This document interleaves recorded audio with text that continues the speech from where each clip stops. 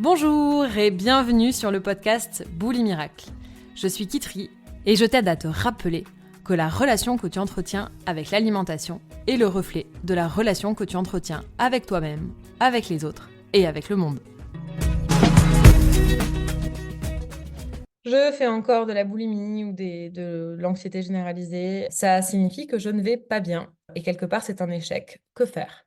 La première chose, c'est que souvent, il y a justement cette quête d'aller bien qui se transforme en injonction, en fait, de quête de vivre avec légèreté et plaisir chaque jour. Mais sauf qu'on est des humains et donc la seule manière de vivre avec légèreté et plaisir chaque jour, c'est simplement d'accepter l'inconfort lié à la vie terrestre, en fait. D'accepter les challenges, d'accepter la difficulté.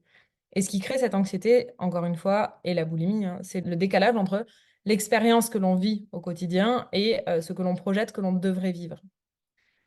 Si on fait une petite comparaison, ce qui fait que on va s'acharner à modifier la forme de son corps, c'est que l'on a la conviction que l'on peut le faire, puisque on nous a baratiné avec les régimes et calories in, calories out. Et ce qui fait que personne ne tire sur ses jambes le matin pour espérer grandir, c'est qu'on sait que grandir, ça n'arrivera pas, en fait. À l'âge adulte, on ne va pas grandir en tirant sur ses jambes.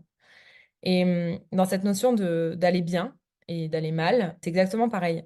Ce qui fait que on va si mal, c'est qu'on vit dans une idéalisation qu'on pourrait aller bien.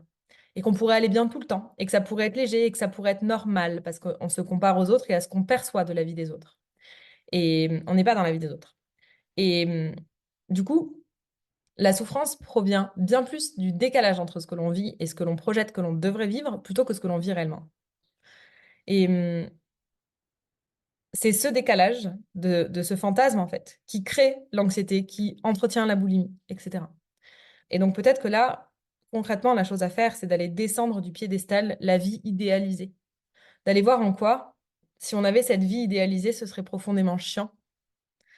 D'aller voir en quoi ça ne nous servirait pas d'avoir la vie que l'on idéalise. Et de partir du postulat qu'il n'y a pas un jour sur Terre où ce sera que facile, fluide et léger. Pour mieux traverser l'inconfort, en fait, et considérer qu'il fait intégralement partie de la vie.